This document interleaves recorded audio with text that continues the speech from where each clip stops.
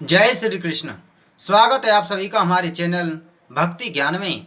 दोस्तों, आज हम आपको वैशाख मास महात्म के 11वें अध्याय की कथा का श्रवण करा रहे हैं, जिसमें हम वैशाख मास की श्रेष्ठता, उसमें जल, व्यजन, छत्र, पादुका और अन्न आदि दानों की महिमा का वर्णन करेंगे। नारायणं नमस्कृत्य नरं चैव नरोत्तमम् देवी सरस्वती व्यासं ततो जयमुदीरयेत्।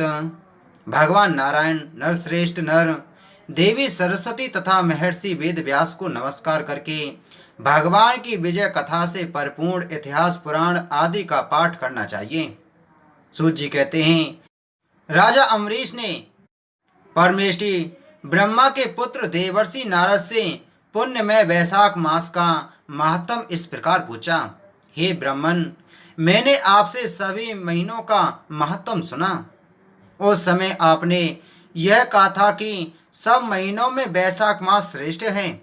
इसलिए यह बताने की कृपा करें कि वैशाख मास क्यों भगवान विष्णु को प्रिय है और उस समय कौन कौन से धर्म भगवान विष्णु के लिए प्रीतिकारक हैं।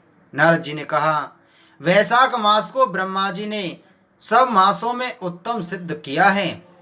वह माता की भांति सब जीवों को सदा अभीष्ट वस्तु प्रदान करने वाला है। धर्म, यज्ञ, क्रिया और तपस्या का सार है।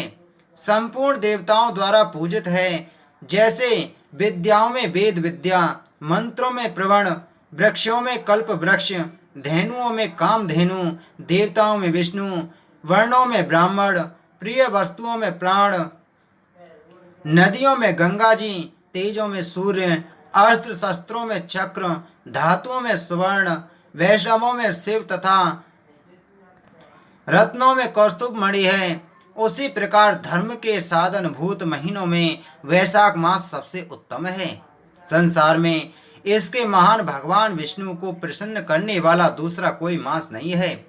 जो वैशाख मास में सूर्योदय से पहले स्नान करता है, उससे भगवान विष्णु निरंतर प्रीति करते हैं।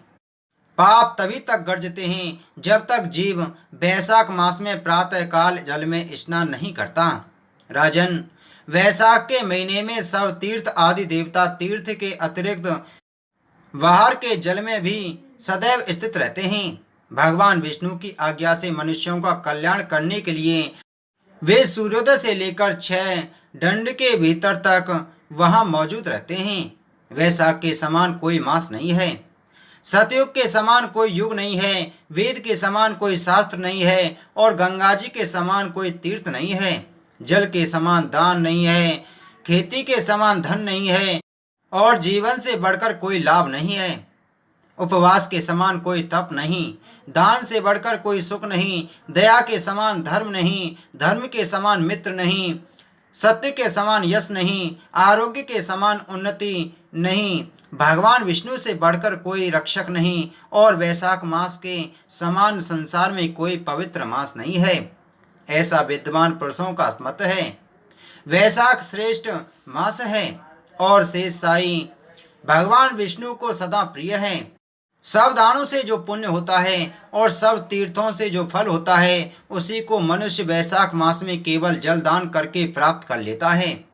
जो जल दान में असमर्थ है, ऐसे ऐश्वर्य की अभिलाषा रखने वाले पुरुष को उचित है कि वह दूसरों को प्रबोध करे, दूसरों को जलदान का महत्व समझावे।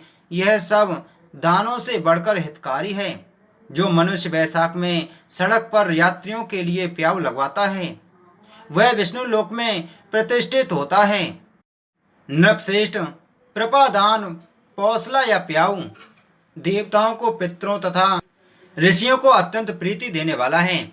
जिसने प्याऊ लगाकर रास्ते के थके मांदे मनुष्यों को संतुष्ट किया है, उसने ब्रह्मा, विष्णु और शिव आदि देवताओं को संतुष्ट कर लिया है।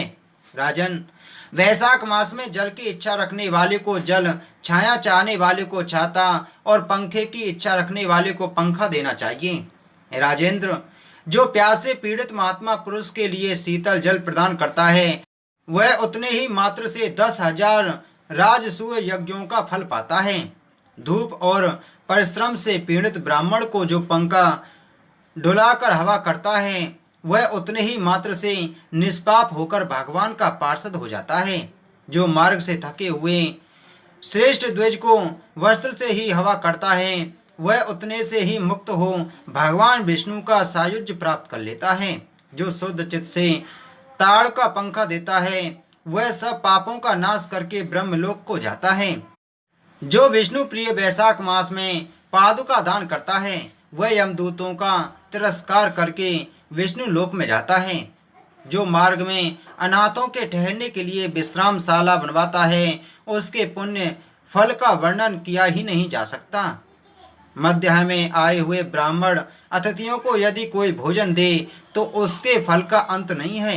हे राजन, अन्नदान मनुष्यों को तत्काल तृप्त करने वाला है, इसलिए संसार में अन्न के समान कोई दान नहीं है। जो मनुष्य मार्ग के थके हुए ब्राह्मण के लिए आश्रय देता है, उसके पुण्य फल का वर्णन किया ही नहीं जा सकता। भूपाल, जो अन्नदाता है वह माता पिता आदि का भी विस्मरण कर देता है, इसलिए तीनों लोकों में निवासी अन्नदान की ही प्रशंसा करते हैं। माता और पिता केवल जन्म के हेतु हैं, पर जो अन्न देकर पालन करता है मनीषी पुरुष, इस लोक में उसी को पिता कहते हैं। इति श्री वैशाख मास महत्तम 11वां अध्याय संपूर्ण। बोलो विष्णु भगवान की जय। बोलो वैशाख मास महत्तम की जय। दोस्तों, इसी प्रकार की वीडियो प्राप्त करने के लिए आप हमारे चैनल को सब्सक्राइब जरूर करें। आप सभी को जय श्री कृष्ण।